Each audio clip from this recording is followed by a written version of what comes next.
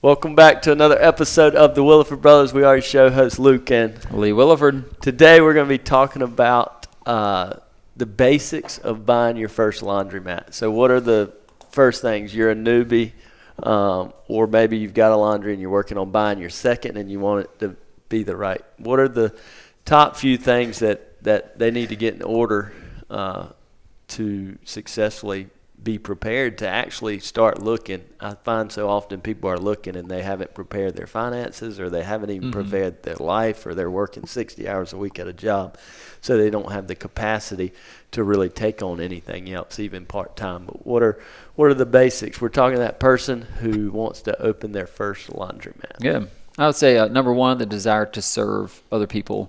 I think if you're going to get into any business, any industry, you have to have a desire to serve the people in that industry. Otherwise, you are your primary customer, and you're going to make decisions that are not good for the long term, that really only serve your interest rather than the interest of the customers that you're going to serve. So make sure that you're getting into it so that you can serve the people who are going to come in and pay you for the services you provide. Second is make sure that you have sufficient capital on hand. If you are going to get into the laundry industry or whatever industry it may be, make sure that you are liquid enough so that you can make purchases, that you can have operating capital. You can raise those funds. You can save, raise it from family. That's how a lot of people get into the business. Can be a part of Bringing on a partner. bringing on a partner, creating a partnership. Lots of different ways to be able to do that. And I think, you have to have an internal passion to do whatever it is that you're going to get into. It is a lot of fun. What we do, we have a lot of fun doing it. But that passion has grown over the years. And so if your passion is woodworking, then if you want to be your own boss, go buy yourself some equipment and start small, and then get into it and see where the Lord leads it. Could grow over the next 5, 10, 15, 20 years into not just a hobby, but a true business that you're able to serve a lot of different people. In the laundry industry, the same way. I mean, if you just enjoy the hum of the machine, tinkering on things because you like to do the mechanics of it, those things are important. Otherwise, you're going to have to outsource those, and you have to accommodate for that within your pro forma, your P&L, just as a fixed expense that you're going to have for a long time. Just have a heart for it, have a heart for people. You have to have some sort of business sense. I mean, you need to read 3 or 4 books that say, or watch some, content on YouTube like this that tells you exactly what you're going to expect. It's not always pretty. Sunshine. It's not always profitable. Some months are good, some months are bad. But you have to have some sense of what to do with funds when they come in, how to pay your expenses, and how to save. How to save out of your net for taxes. Things like that are important. So that would be maybe my fourth thing, is make sure you have really good relationships with important people who are there to help you. You'll need if you're going to lease space, you need a tenant rep for real estate. You need a good accountant or bookkeeper who can make sure that you stay on task with bills, with tracking income, with estimating taxes for federal and state, if you pay state income tax.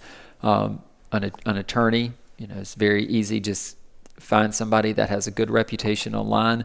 Go meet with them. Say, look, I'm looking at getting into a business. What's your cost to review leases? What's your cost to draw up contracts? What's your cost to whatever legal things that you may have? An attorney's going to be there. They charge by the hour. They charge by the job. They're going to be happy to see you, and you will be their customer. And the more that they do for you, the better your relationship will be. I would say if your goal is to do as little as possible and take as much as possible, if that's like your initial thing, don't get into this business. Or any other business. Or any other business. Protect you from that. Business ownership is not for everyone. And it takes a disciplined person. It takes someone who cares about others, especially our business. I would say someone needs to be blue collar, meaning You need to love people and be down to earth and be willing to get your hands dirty, carry clothes, serve your community, because it's going to be hard to teach that first employee to do it if you're not willing and able to do it, because you're going to be that first employee day one when you take over your store. You set the standard. And how you the treat model. people is how your team's going to treat people as it slowly develops. And that will be the culture and the marketing and the brand that your customers feel, and that will create the reputation in that community. You will have a reputation in the community in which you have your first laundromat. It will be good or bad. There won't be much in between. So you need to make sure that is good. You need to have financial as well as emotional risk tolerance, meaning if a fight breaks out in the store and that's going to ruin your Christmas or ruin your week, and you just really can't, it's just too much to bear, then the laundromat industry business is not for you. And that's because okay. that's going to happen. And that's okay. Yeah, those things are going to happen. But just know that. I would hate for you to get into the business and then go, they didn't tell me that there was going to be, a homeless person coming in and bothering. That's just part of doing business. That's just part of doing business. You have to continually, kindly, politely, but sternly enforce security, whether that's you or someone else. And then financially, you're not going to get into this business with absolutely zero money or time. Even if you find a free laundromat that you can take over the lease, you're still going to have to invest at least 30% in that new equipment that you're going to order. And that equipment's probably $600,000. So you're going to be investing close to $200,000 sometimes. Although I think you can get into the industry for less than that, depending on your square footage, and you may be in a little rural 1,000 square foot laundromat. But either way, it's all relative in percentages. But you've got to save up and have some liquid capital, or you've got to have a partner come in and you've got to bring something to the table. You or someone needs to have technical skills to at least be willing, at least know your way around a toolbox. You don't have to be, professional mechanic, but I think you have to, or you've got to hire that out day one and manage that out, and you've just got to put into your pro forma that you're going to have that cost for maintenance from day one. So, and that can eat into your profitability, and it creates downtime on your equipment, because you can fix it if you're right there very quick. We have very little downtime, and your goal will be little downtime. You say, you're doing your first laundry. Do you want to acquire an existing laundromat, Lee, or build out a space? I've got this space in my town, and my town has 7,000 people in it, and it's a 3,000 square foot space I can get for $10 a square foot, and I can build it out. It's going to cost me like $200 in construction to build it out, and another $300, $400 for the equipment. Or this guy has this laundromat over here for $225. He's selling it for $225,000. It's an existing laundromat. He's not budging on the price. He's been there for 20 years. It's dilapidated. The equipment's like 18 years old. Some of it's still running, some of it's not. Should I consider buying his? If I buy his, I'm going to have, $225, and then I'm going to maybe $75 in beautifying and fixing up the existing infrastructure, and then the $400 or more in equipment. Plus, which one should I look at doing? Should I do my own nice new Vibrant, or should I take over existing, and when I, add a second look? This is the only one in this town. Yep. So when we talk about getting into your first store, you want to do it, with as little capital as you are required to get in. So you have to think about how much capital you need. $200 for one, $225, maybe plus. We could probably beautify it for $50, so $275. But the other thing is eliminating a competitor, and so I would say eliminating that competitor is well worth the price difference capital that you'd have to have initially. So without a doubt, go offer the man or woman whatever whatever you think it's worth.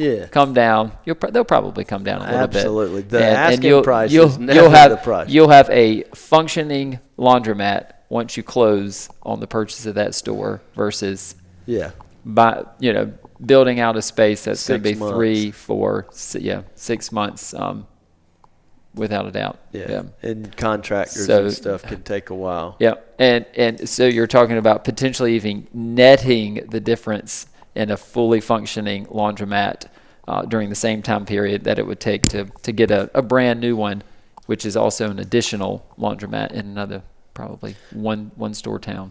So yeah, you're eliminating the competitor that will never go away. So if you add a second store, there's going to be 2 stores in that town For a forever long because time. laundromats just don't go away. Yep. So if you can acquire this one laundry that already has an existing customer base, that's what you're buying. You're buying the infrastructure, the existing customer base. You can rebrand it, but the infrastructure and the existing customer base, of course, you could rob some of the existing customers, but our goal is to not only have the existing customers there, but expand that and because your customer base is not finite, which we've proven with the laundromat we're sitting right next to here on this property where we're at.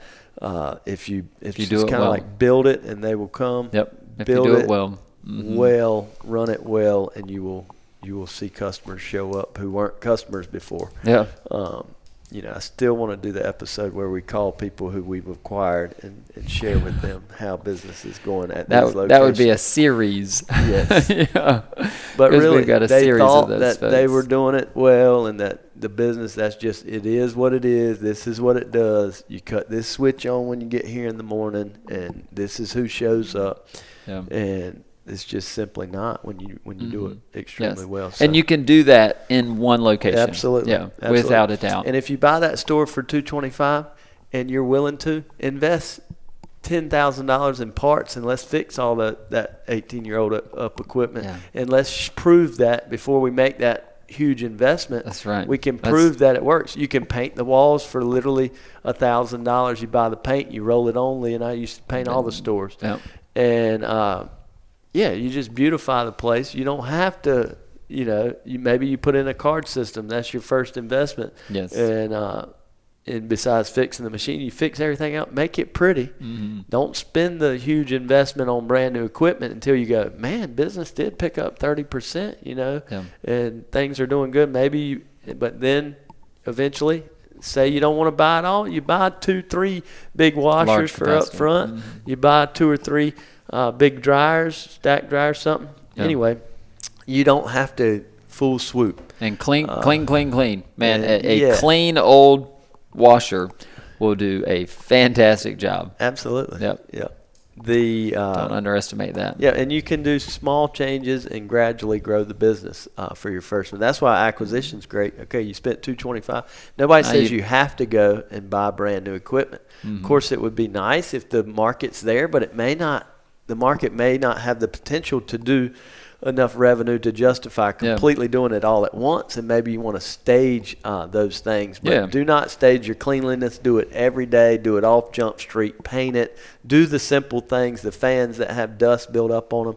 Fix those things and become a pillar in the community. Put a brand on it. Paint the outside. Put a sign on the outside, whether it's just a cheap one or a nice one, but brand it.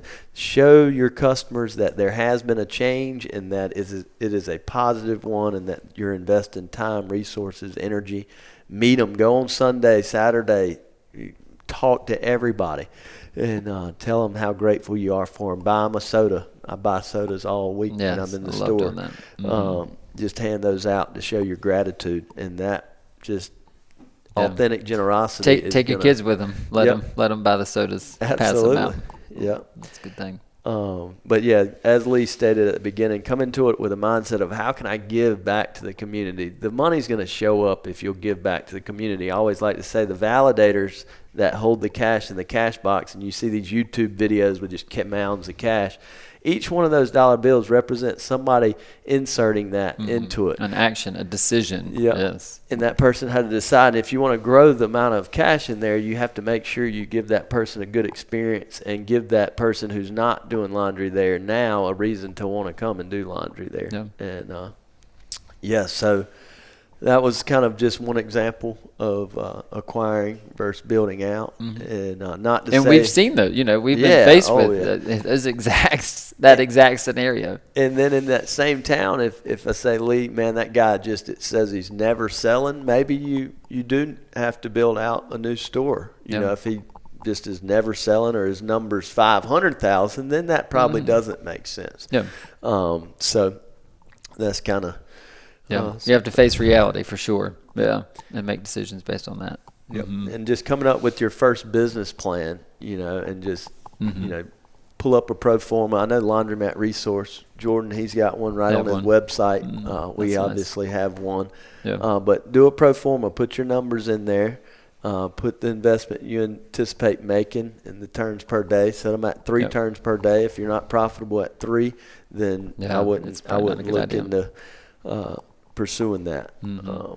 But also come down to a boot camp, with us. That way you go in as an educated investor, so you can be telling distributors kind of what you want rather than just being told. You can tell contractors, I know this goes there. This is how it's going to be.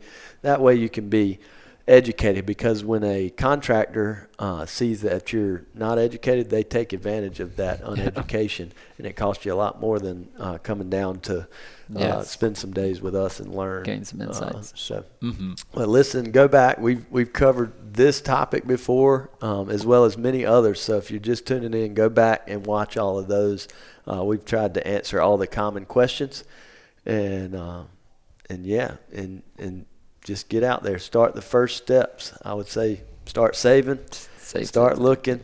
You're listening to this. You're in the right place. And continue. Reach out. You can find us on thewillifordbrothers.com and apply to work with us or get in touch with us. Send us questions on our YouTube or any of the social media. If you send a question, we'll try to answer that. Yeah. So thank you, guys. Best of luck in your pursuit to laundromat ownership. God bless y'all. Thank y'all for tuning in.